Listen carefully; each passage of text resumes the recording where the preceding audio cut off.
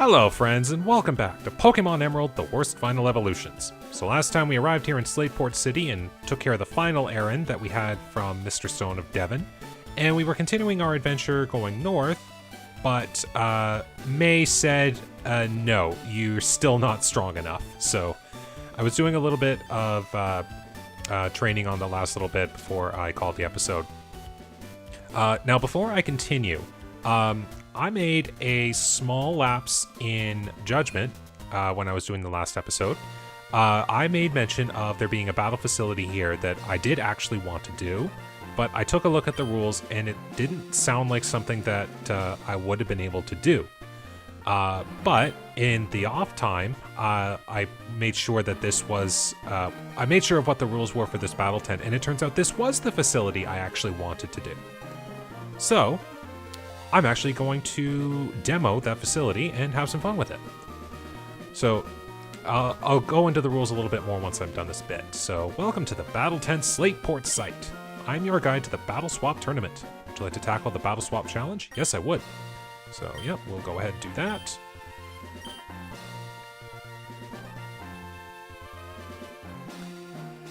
And there we go.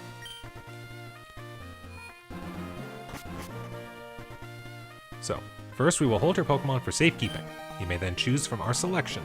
So this is a rental type of challenge. So this is like a test, or maybe say like a first time kind of thing. If you go into the Battle Frontier in the post game, this will be a much more serious challenge. But how this works is you're given a selection of Pokemon here. You pick 3 of them, and then you go into a battle against a random trainer with their own set of 3. And if you win, you have the ability to swap one of your Pokemon that you've got for one of theirs, and then you just keep battling it out, and you try to get to the very end. So we're gonna take a look here. Like, I really like these kinds of challenges because it lets you use Pokemon you don't normally use, and it does allow you to test your ability to handle things that you're not really used to. So, well, definitely not picking Magikarp. Be funny, but I am not picking Magikarp. Now, you've got some good setups on you.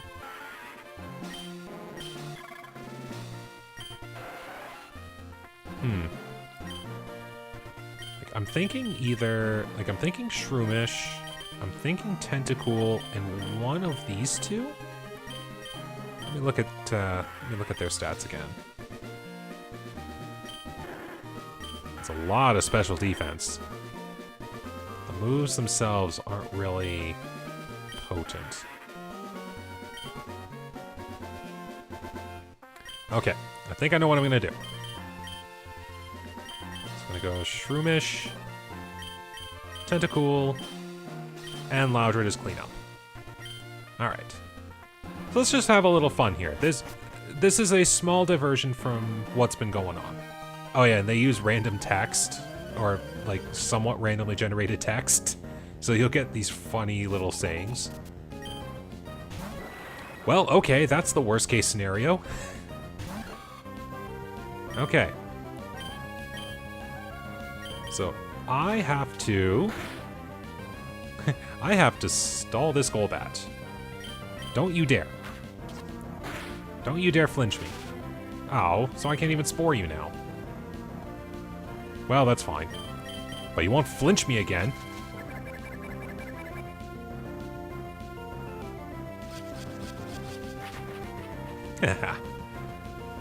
Well, at least I got the Leech Seed on, so I'll be getting health back. And of course I do have the weaker Absorb, so I can't really do too much. Oh yeah, I'll be getting very little back.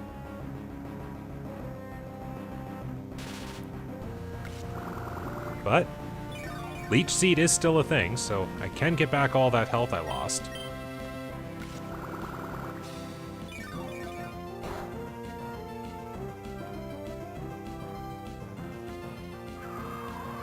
I mean, this whole time you had Gust. Boo.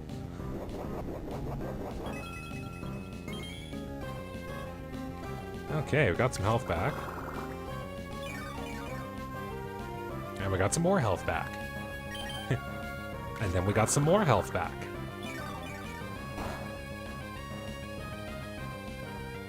Just be paralyzed, come on. Ah, thank goodness.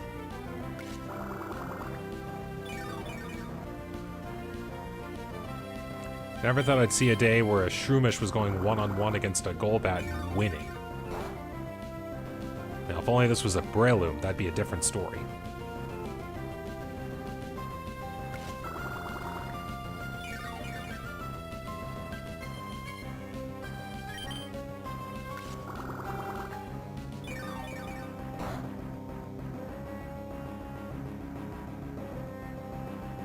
Ah, there we go. Got some paralysis.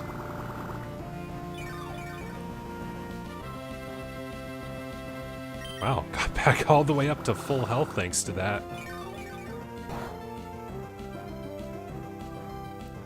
Paralyzed? Also had Confuse Ray too? Oh my goodness, this Golbat's loaded. Might consider that for future. Well, the nice part is I can still hurt the Golbat even if I am confused thanks to the Leech Seed. I just sadly can't switch out, so... Well, the nice part is this Golbat will be going down by the end of this turn.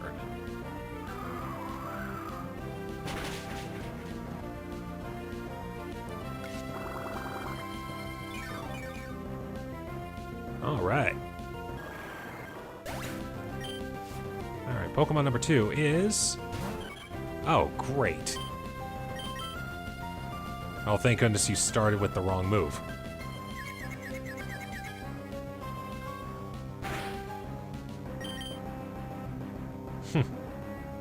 Now, Endeavor's a very interesting move. It's one that I like to use in rare cases, where whatever your health is, it'll make the opponent's, provided that you're lower than what the opponent's health is. So, if this Tailo gets down to like 1 HP and uses Endeavor, well then that puts me down to 1 HP. It can be very scary if you use it good combinations of moves.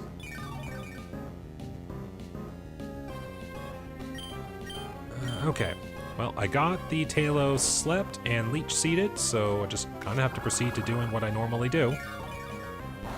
Now, I'm gonna wait a little. I'm gonna wait until the Tailo wakes up, so that I can put it to sleep again for a safer switch. Actually, I'm gonna do that just in case. Absorb's not really doing too much, and this way I'm already prepared for the Tailo to wake up.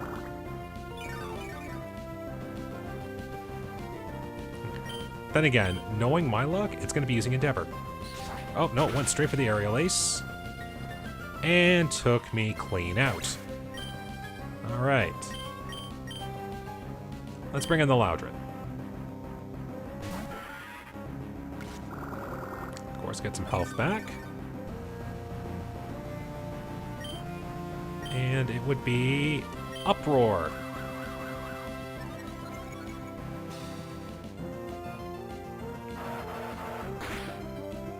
There we go.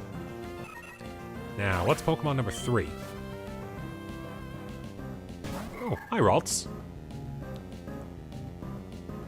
Oh, no.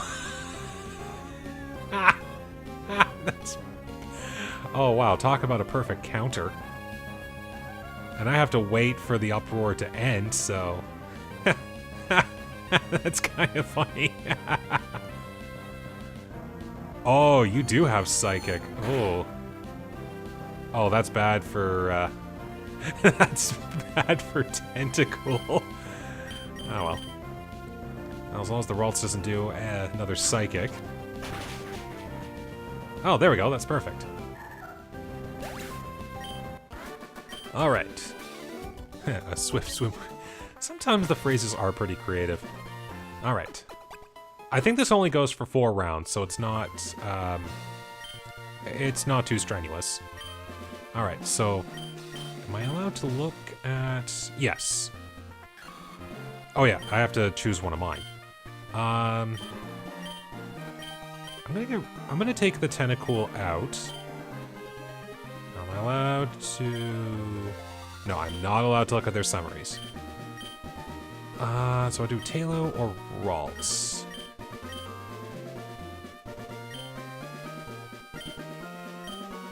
I'm actually going to do the Ralts. And not just because of my favoritism towards the species.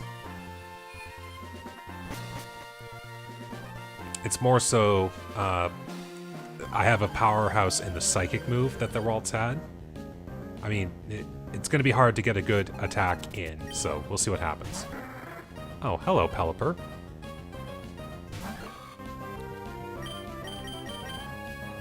Oh, I knew it. It's like facing the wing. It's like facing May's Wingull all over again. Okay, so we're going to get as many statuses on this Pelipper as possible. That's good in the event that that Pelipper wakes up.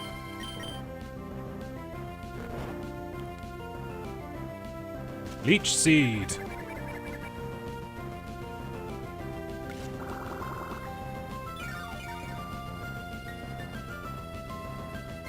Okay, now I'm actually going to switch to the Loudred.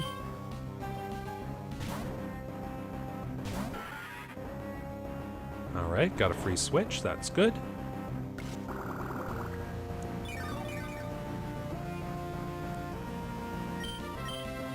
Do I go straight for the Uproar, or do I... Yeah, I'm going to status.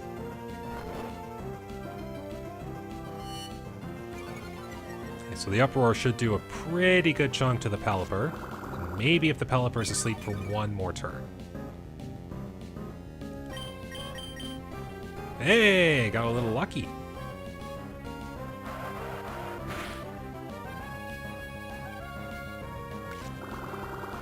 Now, as long as I don't bring in a Pokemon with soundproof, I'm fine.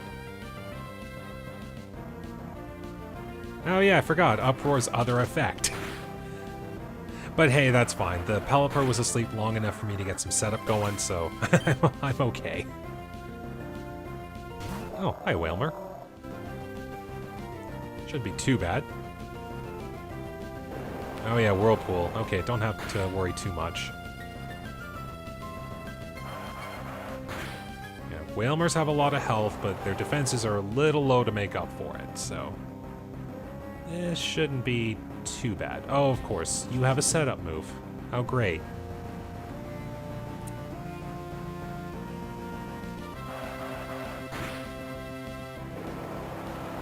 Okay, so maybe that defensive setup you have might be a little good after all. Aha!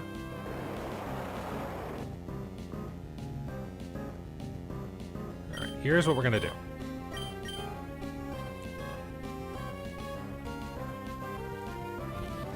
If I did put some confusion on you, you at least would be able to hurt yourself a little bit more. Possibly.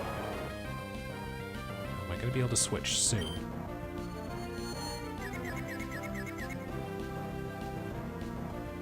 Whalmer's confused. Aha, keep using that useless move. Alright. Let's just go for damage now while we wait.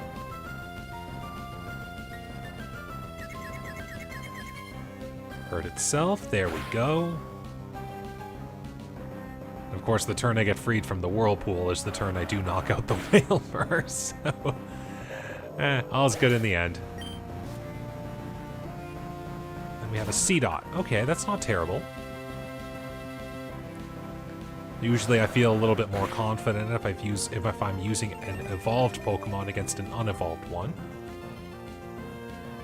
It's not a guarantee, but it makes me feel a little more confident.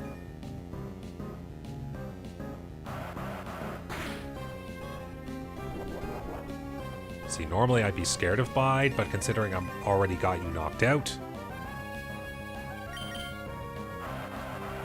not scared in the slightest. Okay. I didn't see anything of note on his team that I wanted, so... we'll just, we'll keep with what we've got. No. No swapsies.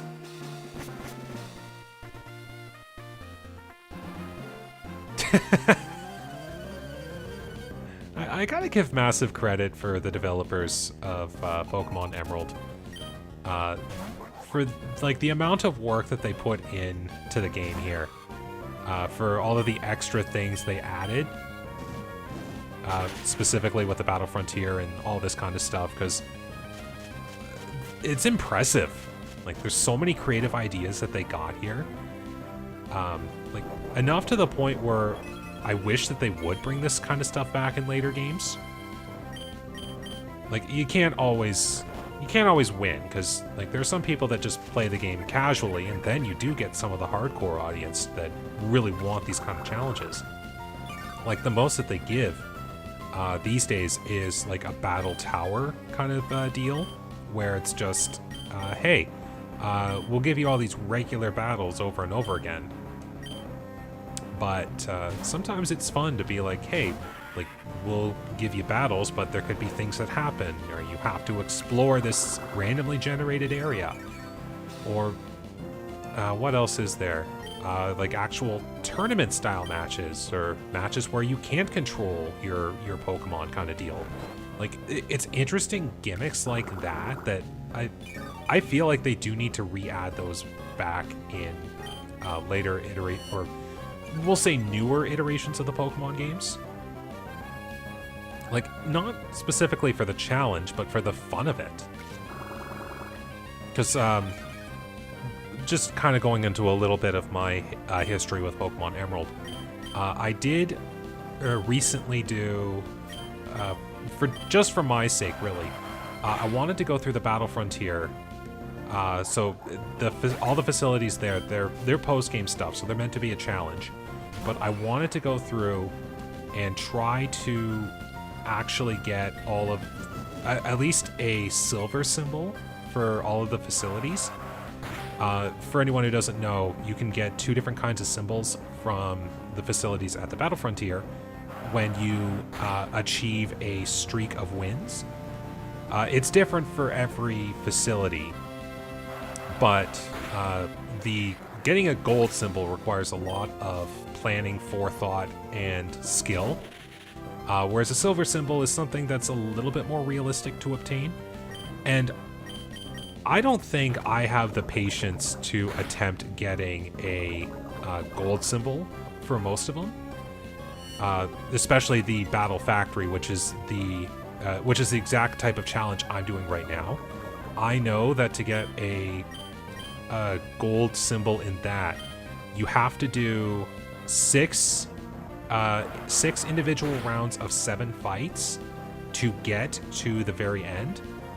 And that's all using random Pokemon.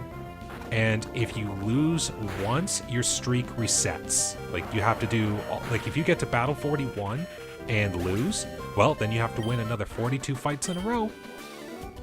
And I do not have the patience for that. So I only wanted to go as far as winning a silver symbol for each.